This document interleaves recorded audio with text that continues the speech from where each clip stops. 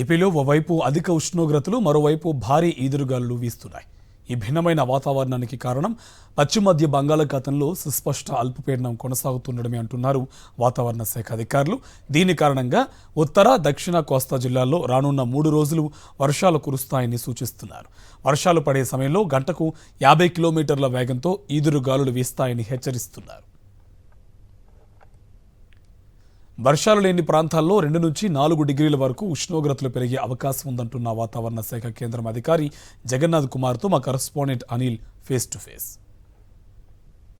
బంగాళాఖాతంలో ఏర్పడిన అల్పపీడనం ఈరోజు పశ్చిమ మధ్య బంగాళాఖాతంలో సుస్పష్ట అల్పపీడనంగా కొనసాగుతుంది. రాష్ట్రంలో ఉన్నటువంటి ఏ ప్రాంతాల్లో అల్పపీడన ప్రభావం ఉండబోతుందో తెలుసుకుందాం. మనతో పాటు విశాఖ వాతావరణ కేంద్రం అధికారి జగన్నాథ్ కుమార్ ఉన్నారు, మాట్లాడదాం.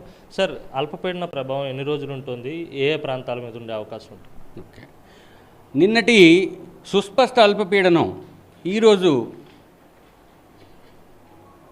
పశ్చిమ మధ్య బంగాళాఖాతం, దానికి ఆనుకుని ఉన్న నైరుతి బంగాళాఖాతంలో కొనసాగుతూ ఉంది. దీనికి సంబంధిత ఉపరితల ఆవర్తనం మధ్య ట్రోపావరణం వరకు విస్తరించి ఉంది. తదుపరి 12 గంటల్లో ఇంచుమించు లేదా రమారమి ఉత్తర దిశలోనే ప్రయాణిస్తూ సుస్పష్ట అల్పపీడనంగానే ఇది కొనసాగే అవకాశం ఉంది. రాబోయే తదుపరి 24 గంటల్లో సెంట్రల్ లేదా మధ్య బంగాళాఖాతంలో క్రమేపీ బలహీనపడి అల్పపీడనంగానే ఉండే అవకాశం ఉంది. రాష్ట్రంలో ముఖ్యంగా ఉత్తర దక్షిణ కోస్తా జిల్లాల్లో మొదటి 2 రోజులు 1-2 చోట్ల ఉరుములు మెరుపులతో కూడిన తేలికపాటి నుంచి మోస్తరు వర్షపాతం నమోదయ్యే అవకాశం ఉంది.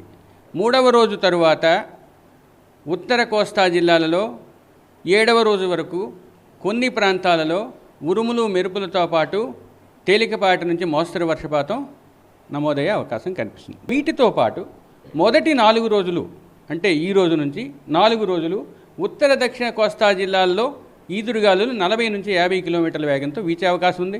5వ రోజు 30 నుంచి 40 కిలోమీటర్ల వేగంతో వీచే అవకాశం ఉంది. ఉష్ణోగ్రతలు ఏ మేరకు ఉండేటువంటి అవకాశం ఉంటుంది, ఏ ప్రాంతాల్లో? ఉష్ణోగ్రతలు గడిచిన 24 గంటల్లో నందిగామలో అత్యధికంగా 39 డిగ్రీల వరకు నమోదైంది. మిగతా ప్రాంతాల్లో కళింగపట్నాన్ని మినహాయిస్తే 35 నుంచి 39 డిగ్రీల వరకు నమోదైంది. కళింగపట్నంలో మాత్రం 33 డిగ్రీల అత్యధిక ఉష్ణోగ్రత నమోదైంది. ఇది ముఖ్యంగా అల్పపీడన ప్రభావం రాష్ట్రంలో మరో 2 రోజుల పాటు ఉండబోతోంది. ఉత్తర దక్షిణ కోస్తా జిల్లాల్లో చెదురుమదురుగా వర్షాలు పడేటువంటి అవకాశం ఉంటుంది. అలాగే ఉష్ణోగ్రతలు కూడా కొన్ని ప్రాంతాల్లో అత్యధికంగా నమోదయ్యేటువంటి సూచనలు ఉన్నాయని వాతావరణ శాఖ నిపుణులు అంచనా వేస్తున్నారు. వీడియో జర్నలిస్ట్ శంకర్తో కలిసి అనిల్, సాక్షి టీవీ, విశాఖ తుఫాన్ హెచ్చరిక కేంద్రం నుంచి.